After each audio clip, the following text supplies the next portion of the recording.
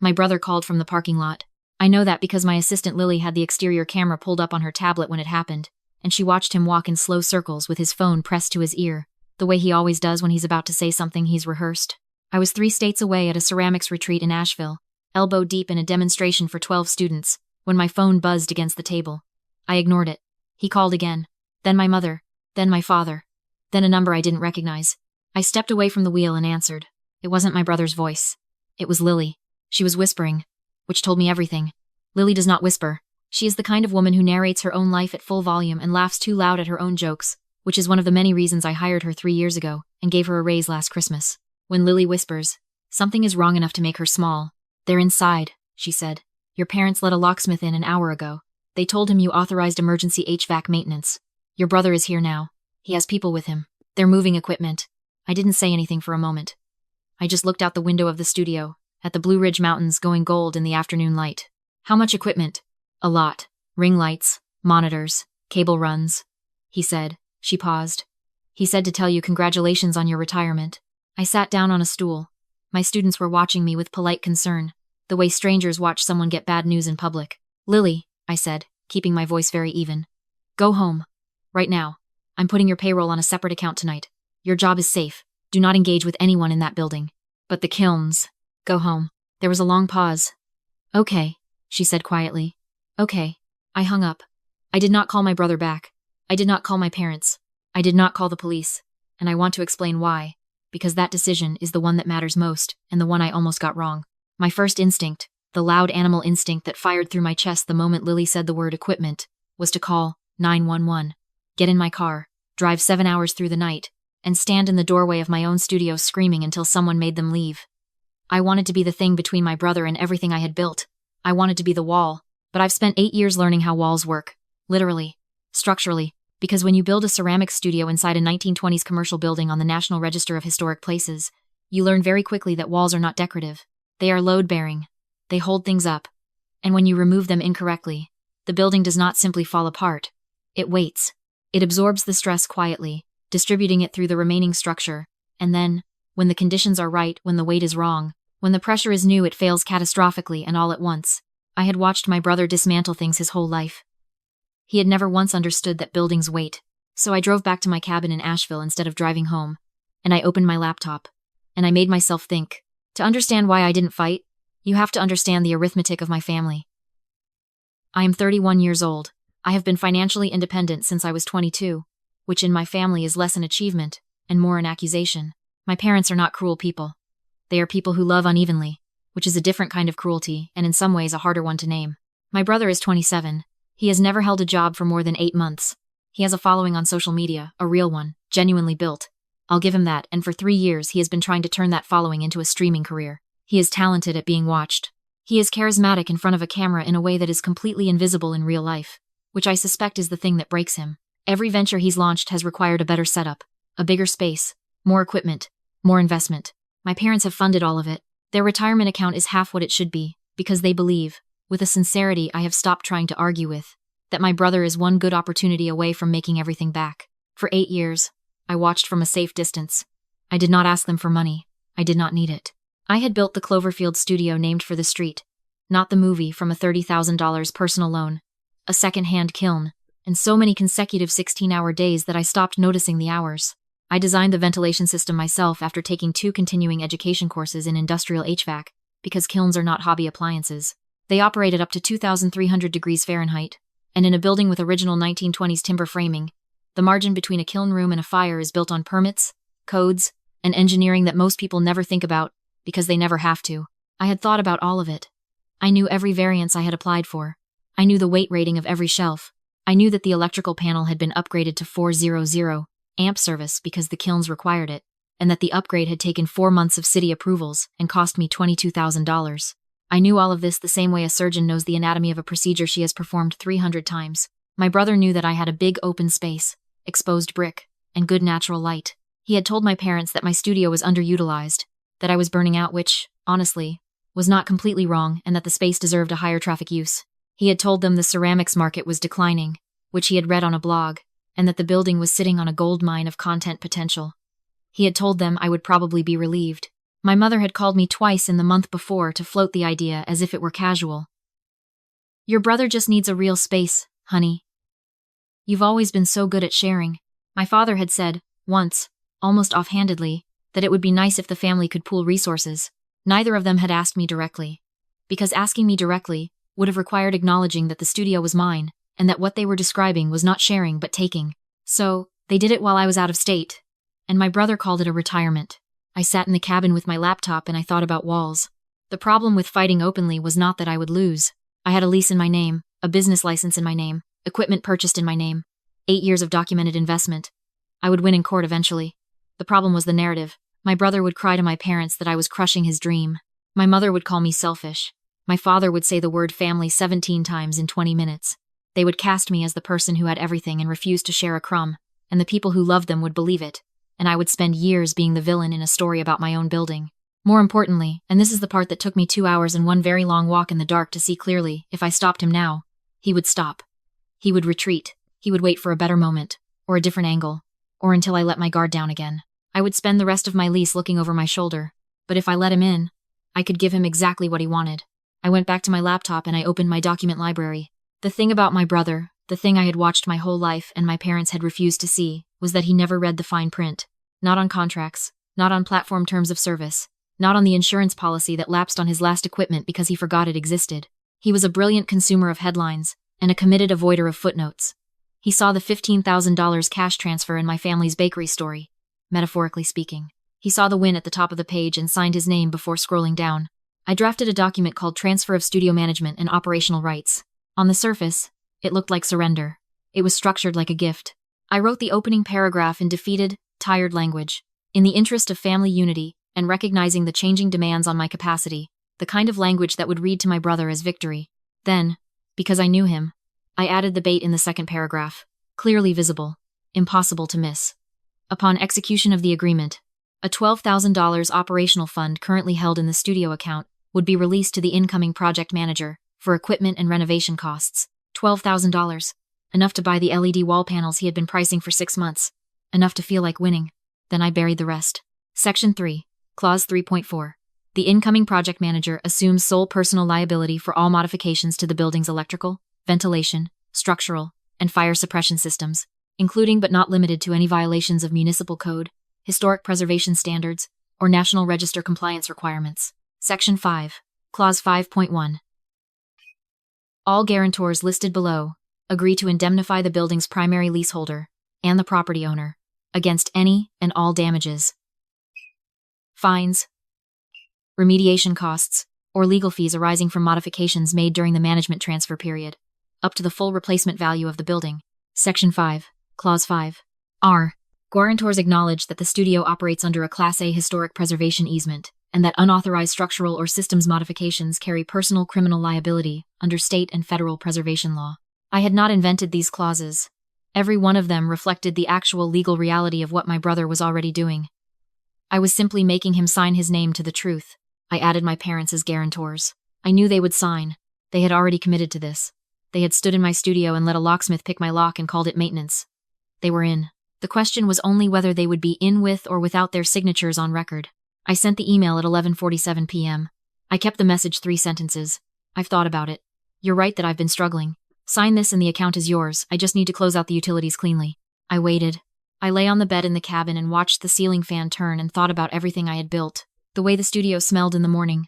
A little like clay, and a little like the coffee Lily always had ready before I arrived. The firing schedule I had memorized so completely that I could read it backwards. The custom ventilation hood I had designed for Kiln 3, the big one, the one I used for the large sculptural commissions. The ductwork ran through the ceiling in a specific configuration that I had drawn myself, because the building's original structural members meant you couldn't run it any other way without affecting load distribution. An engineer had approved the design. It was documented in the city's permit records. My brother did not know any of this. To him, it was a room with a machine in it. My phone buzzed at 12:23 a.m. Document signed. Marcus, my brother. Document signed. Patricia, my mother. Document signed. Gerald, my father. 3 signatures. 12 minutes apart. No phone calls. No questions. No lawyer. They had not read past the second paragraph. I put my phone face down on the nightstand. I didn't feel relief. I felt something heavier than that, the specific weight of a door closing on a version of your family you had been hoping might still exist. They had signed their names to something they didn't understand, because the number at the top was large enough to blind them, and they had done it without a second thought. And that told me something I had been avoiding knowing for a very long time. I did not go home the next day. I stayed in Asheville, and I worked. I wasn't watching helplessly. I was doing what I had always done, managing systems, tracking variables, keeping documentation. I redirected Lily's payroll to my personal operating account and messaged her to stay away from the building for the next 2 weeks. She sent back a single question mark. I sent back, "Trust me. I'll explain everything. Your job is safe, and I need you rested." I called the city's Building and Fire Safety Division. I did not use my name. I said I was calling to flag a concern about an ongoing renovation at a Class A historic preservation property, and that I had reason to believe the building's fire suppression and electrical systems were being modified without permits. I gave the address. I mentioned that the building's electrical panel had been upgraded to a high-ampere commercial configuration, specifically to support industrial kilns, and that new high-draw equipment streaming rigs, LED walls, unrated power distribution units was being introduced without an electrical load assessment. The inspector on the phone paused. "What's the building classification again?" "Class A, historic. National Register." Another pause. "And the electrical modification you said unrated equipment?" I said I have reason to believe no load assessment has been conducted. The panel is a 400 amp commercial configuration. The incoming equipment may not be matched to it. He said someone would follow up. I gave him the address again, and I hung up. Then I watched. My brother streamed everything. Every day, for 3 weeks. He documented the transformation on every platform he had. He was luminous in front of the camera, he really is gifted, and he had a narrative that his followers loved, reclaiming a dusty old craft space and turning it into something alive. He showed himself pulling the kiln ventilation ductwork from the ceiling, calling it this ugly industrial stuff. He showed the LED panels going up on the walls I had spent weeks sealing and priming. He showed the cable management systems he ran directly through the original plaster, into the lath underneath. He showed the moment he flipped the breaker for his full streaming setup, 8 monitors, 2 LED walls, a broadcast-grade audio rack, a cooling system for the server components, and cheered when the lights came on. His followers called it a glow-up. They called him a visionary. My mother commented on every post. My father shared 3 of them. They were documenting, in high definition, every modification he had made without a permit. They were narrating, in their own words, the deliberate dismantling of a fire-rated ventilation system in a century-old wood-frame building. They were timestamping it. I watched from a hotel room I had checked into 2 days before his planned grand launch event, a live charity stream he had built into a genuine production, with local sponsors, a modest press mention, and an audience that would bring in real foot traffic. He had sold it well. I will give him that. I did not go to the studio. I did not drive past it. I sat in the hotel room and I looked at the permit records I had pulled from the city database, and I waited. His launch was on a Saturday. He had promoted it for 2 weeks. He opened the doors at noon. I watched the stream from my phone. He had transformed the space. I will be honest about that, too. It looked nothing like my studio. The warm terracotta of the clay walls was hidden behind matte black acoustic panels. The kiln room had been converted into a server closet. The communal wheelwork area where I had taught evening classes for 3 years was now a tiered seating section for an in-person viewing audience. He had installed a fog machine. There was a professional camera rig that probably cost $8,000 hanging from mounts drilled directly into the original ceiling joists. The room was full. His community had shown up. They were loud and excited and young, and my brother stood at the front of it looking like exactly the person he had always wanted to be. I checked the time. 1:03 p.m. I had made one more call 3 days earlier, not to the city this time, but to my attorney, a woman named Miss Reeves, who has known me since I signed my first lease, and who had reviewed the management transfer document before I sent it. She had raised exactly one eyebrow and said, "This is airtight." I had asked her to be present on Saturday. She had agreed. At 1:11 p.m., 2 vehicles pulled up in front of the studio. A city inspection van and a fire marshal's truck. I watched my brother's stream as the door opened. He didn't notice at first. The music was loud. The crowd was loud. He was in the middle of a segment. Then someone in the front row looked toward the entrance, and someone else turned. And the audio caught the moment the energy changed, a ripple of attention moving through the room like a wave going the wrong direction. The fire marshal did not introduce himself to the audience. He walked directly to the east wall where the kiln ventilation exhaust port used to terminate, and looked at the blank panel that now covered it. He looked up at the ceiling where the ductwork had been removed. He looked at the server closet door and opened it without asking. My brother lowered his microphone. "Hey, can I help you?" The fire marshal held up his badge. He did not raise his voice. People who have actual authority rarely do. "This property has an active fire code inspection order," he said. "I need everyone to step outside." The stream kept running. My brother had a camera on a fixed mount that kept rolling even when his handheld one went down. Later, people would clip it into a 30-second video that got 3 million views. The moment the fire marshal walked in front of the monitor wall, pulled a red and white placard from his vest, and affixed it to the main electrical panel. Unsafe. Do not operate. Fire code violation. Unauthorized electrical modification. The city electrical inspector came in behind him and went straight to the panel. He had a reading device. He stood there for 45 seconds and then he turned to my brother. Who authorized this load configuration? My brother looked at the camera, then at my parents, who had been standing in the back of the room, then back at the inspector. We. This is my studio. I manage this space. Who conducted the electrical load assessment for this equipment installation? Silence. Sir, this panel is running at approximately 94% capacity with your current equipment load. That is above the safe threshold for continuous operation. One more high-draw item on this circuit and you have a fire event. In a wood frame building. Did you pull a permit for this installation? My brother said something I couldn't hear on the stream. My mother moved toward the inspector with her hand outstretched in the way she does when she is about to manage a situation by being pleasant at it. The inspector stepped around her. Miss Reeves came in through the side entrance. She had the folder under her arm, the one with the transfer document, the signatures, the timestamp records, and a printed copy of the city permit database showing every modification my brother had made, and the corresponding absence of any permit application. She found the fire marshal and showed him the document first. He read clause 3.4. His expression did not change, but he nodded once. Then she stood at the front of the room and raised her voice. To clarify the ownership and liability situation, she said, this building is operated under a management transfer agreement executed 3 weeks ago. The project manager of record assumed full personal liability for all systems modifications at the time of signing.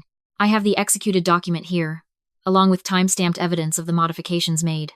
My brother stared at her. Who are you? I'm the attorney for the primary leaseholder. She paused. That would be your sister. My mother said my name like a wound. My father stepped forward and started talking about family and misunderstanding, and how this could all be resolved. The fire marshal did not look at either of them. The evacuation order was official. The stream cut out when someone finally reached the camera and switched it off, but by then the clips were already recording and being shared, and the fire marshal's exact words, unauthorized electrical modification, wood frame building, fire event were already searchable. Miss Reeves called me when she was back in her car. It's done, she said. The ductwork? Gone. He pulled the entire exhaust run from kiln 3. The fire marshal flagged it independently from the electrical. You can't have a sealed room where a kiln operated without the ventilation infrastructure, even if the kiln is removed, because the fire code classification of the room doesn't change. He's looking at 2 separate citations. I sat with that for a moment. My parents? They were served with a copy of the indemnification clause. The building's legal representative was also present.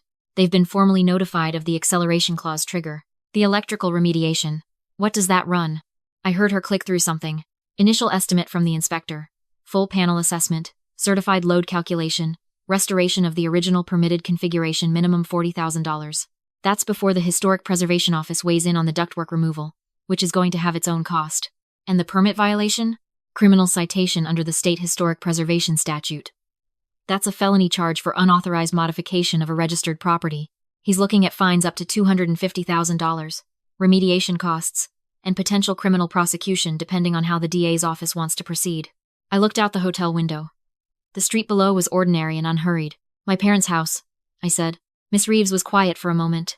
The indemnification clause is clear.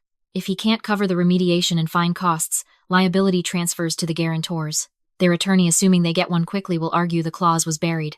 But they signed voluntarily. There's no evidence of coercion, and the clause was written in plain language. It'll hold. I already knew it would hold. I had written it myself. What I had not prepared for, what you cannot fully prepare for, I think, no matter how clearly you see it coming, was the feeling of knowing that my parents were going to lose their house because they loved my brother more than they read the paperwork. That the thing they had treated as a technicality was the thing that would cost them most. I had given them the rope, and they had taken it cheerfully and tied it around their own necks. And I had watched it happen, and I had let it happen. And all of that was true. I am not going to dress it up as something other than what it was, but I am also not going to pretend I had a better option. I had tried, over the years, to explain the math to my parents, the money they had given my brother, the projects that had failed, the way they would squeeze me for another check while he planned his next venture. They had heard me as jealousy every time. I had tried being the wall, and the wall got blamed for existing. So I had tried something else. The insurance claim my brother filed was denied within 10 days. The carrier's position was straightforward. The policyholders had documented, via publicly available social media, deliberate modifications that violated fire code, building code, and the terms of the policy itself. The denial letter was 4 paragraphs. The attorney he hired to fight it reviewed the situation and told him there was no case. That left my parents. The city's demand letter went to all 3 of them. Miss Reeves sent me a copy. It was not pleasant reading. Within 60 days, the family home, a 4-bedroom colonial my parents had lived in for 22 years, was moving toward a lien to cover the remediation costs and the accelerated lease obligations. They found a 2-bedroom rental near the edge of town. My mother called me once during that period, late at night. I let it go to voicemail. She said she hoped I was happy. I wasn't. I was tired. There's a difference, and I wish she could see it. My brother's streaming career did not survive the incident. The clip of the fire marshal's visit was too good for the internet to let go. His channel, which had been growing steadily, was buried under a flood of comments about electrical fires and careless influencers, and the specific hubris of a person who tears out ventilation ductwork and calls it an upgrade. His sponsors pulled back. His landlord for his apartment, the one he had after moving out of the studio space, ran a background check and found the criminal citation. He moved in with friends. The last time I heard any news of him, he was working for a landscaping company in the next county. I want to be honest about what came after, because the honest version is less satisfying than the dramatic one. My business interruption insurance paid out within 30 days of the inspection order, because the closure was attributed to third-party unauthorized modification, not my negligence. The payout covered the remediation, the restoration of the kiln ventilation system, and 4 months of operating costs while the permits were reprocessed. I did not go back to the original location. I had been thinking about moving for a year before any of this happened. The foot traffic model was wearing on me, and I had been dreaming about a production studio, quieter and more serious, where I could take large commissions and run intensive workshops without managing daily retail. The insurance check made that possible without the debt I had expected to carry. The new studio is in an industrial park on the east side of town. No vintage brick, no showroom windows, a loading dock, a commercial-grade ventilation system I designed from scratch, and a kiln room that would make a fire marshal weep with satisfaction. Lily manages operations and makes more money than she made in the old space, which was the first thing I fixed when I wrote the new employment agreement. On the day we fired up Kiln 1 in the new building, she brought coffee the way she always does, and we stood in the kiln room and listened to it run, and didn't say anything for a while. It was loud, in the best way, the specific industrial hum of something built correctly, running within its rated parameters, doing exactly what it was designed to do. I did not write a letter. I did not send a final message to the family group chat. I had blocked all 3 of them the night Miss Reeves called to say it was done, and I have not unblocked them. There is nothing I want to say that would not be received as cruelty, and there is nothing they could say that I need to hear. What I did do, and this is the part that I keep coming back to when I think about all of it, was call my grandmother. Not on my mother's side, on my father's. She is 84 years old and lives in a small house in rural Ohio, and has never owned a smartphone. And when I told her what had happened, she was quiet for a long time, and then she said, "You built it. You protected it. Now build the next one better." I told her I was already trying. She said that was enough. I went back to the wheel that afternoon and I put my hands in the clay and I started again. And the studio smelled like possibility and the kind of future you build when nobody else is coming to build it for you. Have you ever had to let someone walk into a trap they built themselves, just to finally be free of them? Tell me where you're watching from in the comments. And if you're carrying something heavy right now, if you're the one who holds things up while everyone else takes the credit, I want you to know, the machinery matters. You matter. Don't let anyone convince you that your utility is your identity.